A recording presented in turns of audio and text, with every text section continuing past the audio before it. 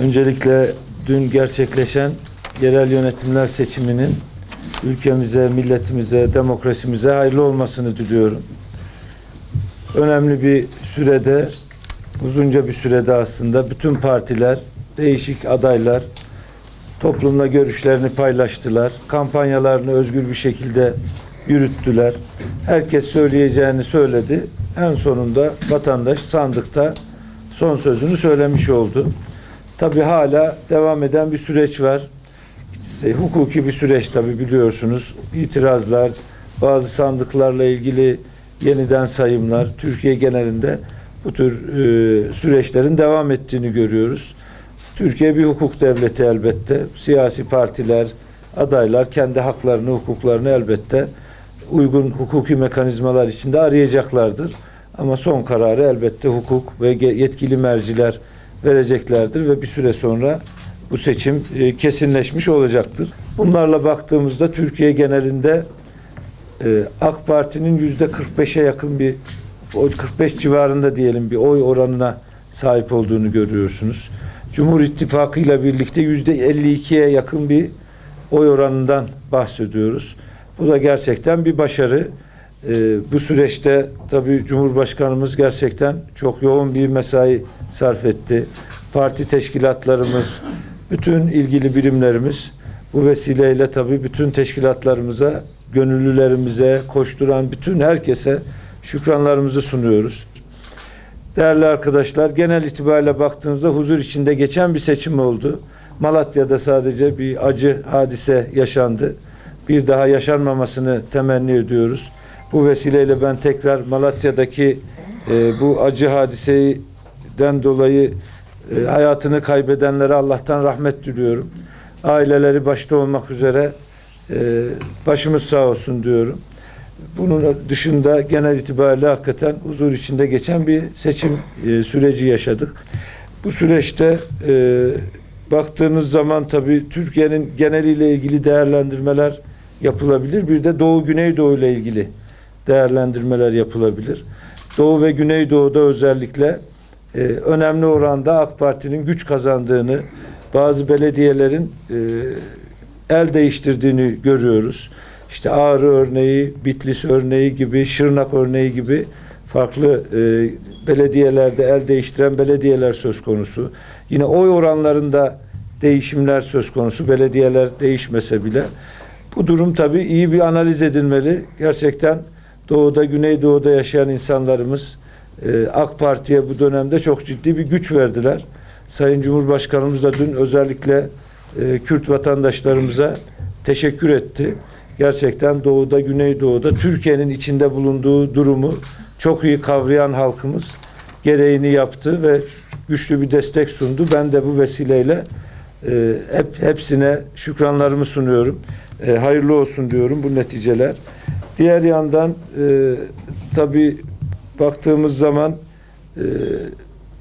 farklı şartlarda girdi Türkiye bu seçimlere. Oldukça farklı uluslararası şartlarda, ekonomik şartlarda bu seçim süreci yaşandı. Buna rağmen elde edilen bu oy oranı gerçekten takdire şayan bir oy oranı, ama yine Sayın Cumhurbaşkanımızın ifade ettiği gibi biz her zaman nefis muhasebesi yapan bir partiyiz.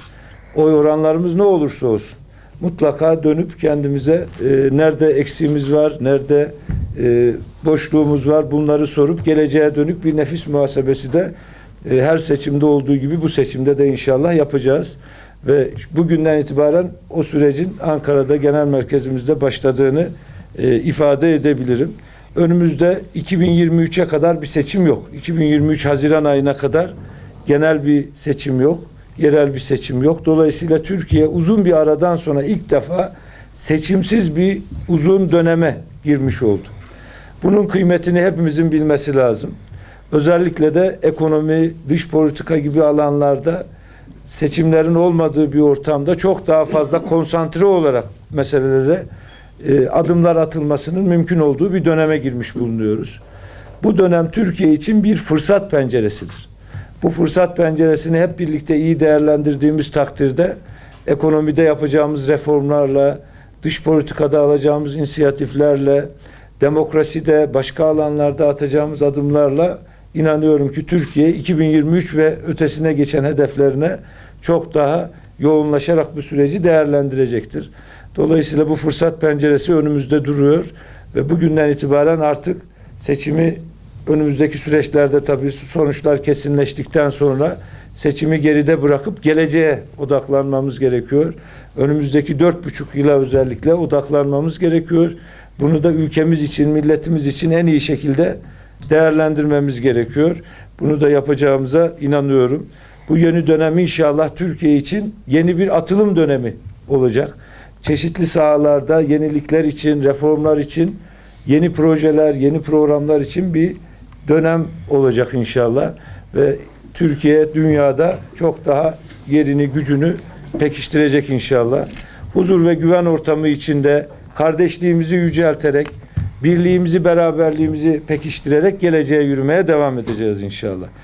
Bingöl'de de baktığımız zaman önce İl Genel Meclisi'nden gidelim. Çünkü il genelindeki parti oyunun göstergesi İl Genel Meclisi sayıları. Tabii bu henüz kesinleşmiş rakamlar değil ama aşağı yukarı kesine yakın rakamlar olduğunu söyleyebiliriz. 185 bin seçmenimizden 128.626'sı oy kullanmış. Baktığımız zaman AK Parti'nin oyu 65.743. Bu da %49.54. Yani aşağı yukarı %50'sini oyların AK Parti almış. HDP'nin aldığı 31.233, %23,23,5'a denk geliyor. MHP'nin aldığı 24.000, %18'e tekabül ediyor. Saadet %3, CHP 2.6 diye gidiyor. Yani bu seçimde baktığınız zaman AK Parti yine aslında il geneline baktığınız zaman yerel seçimlerde bir miktar yerel faktörlerden dolayı oy düşüşü olabilir.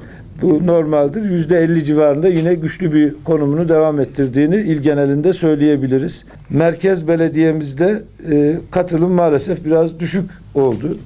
Biraz da bu muhtarlık seçimlerinin etkisiyle oy kaymaları oldu doğrusu kırsal alana.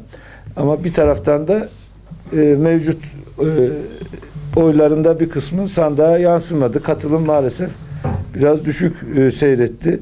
Bu çerçevede oy sayılarında genel itibariyle bir düşüş oldu. Baktığımız zaman AK Parti'nin 18.959 oyla %38.6 yani yuvarlarsak %39 bir oy aldığını görüyorsunuz. Bu oyuyla şimdiki hesaplara göre 16 meclis üyesine tekabül ediyor. İl Genel Meclisi'ne baktığımız zaman 32.421 oy aldığını görüyoruz merkezde. Bununla da 6 İl Genel Meclis üyesinden 4'ünü AK Parti'nin aldığını görüyorsunuz. Birini HDP, birini de MHP aldı. 4'ünü AK Parti aldı. Belediye meclisinde de 16 AK Parti, 9 HDP, 6 MHP şeklinde şimdiki sayılarla böyle bir dağılım söz konusu. Bunlar hiçbiri kesin değil tabii. Özellikle Bingöl merkezde bir yani sadece AK Parti olarak baktığımızda bir oy kaybı yaşadığımızı görüyoruz. Bunun da muhasebesini en geniş şekilde yapacağız inşallah. Biz her zaman şuna inanmış bir partiyiz. Sonuç ne olursa olsun biz kendimizi sorgulamak durumundayız. Vatandaşın tercihleri başımızın gözümüzün üstünde. Vatandaş bir konuda bir karar verdiyse onu tartışmamızın bir anlamı yok. Vatandaş her zaman haklıdır. Öyle bakıyoruz. Kendi perspektifinden ne demişse vatandaşın bu mesajını bizim almamız lazım ve ona göre kendimizi kontrol etmemiz lazım. Dersler çıkarmamız lazım. Bingöl merkezde de inşallah bu dersleri çıkaracağız. Yani genelde dediğim gibi AK Parti var. Sadece 2 ilçede diğer partiler var. Beldeleri söylemedik, kusura bakmayın. Bir de beldelerin hakkı kalmasın. 3 tane önemli beldesi var Bingöl'ün. Sancak, Ilıcalar ve Arakonak. Bunlardan birini geçen seçimlerde biz kazanmıştık, Sancak'ı. Arakonak'ı ve Ilıcalar'ı kaybetmiştik 2014'te.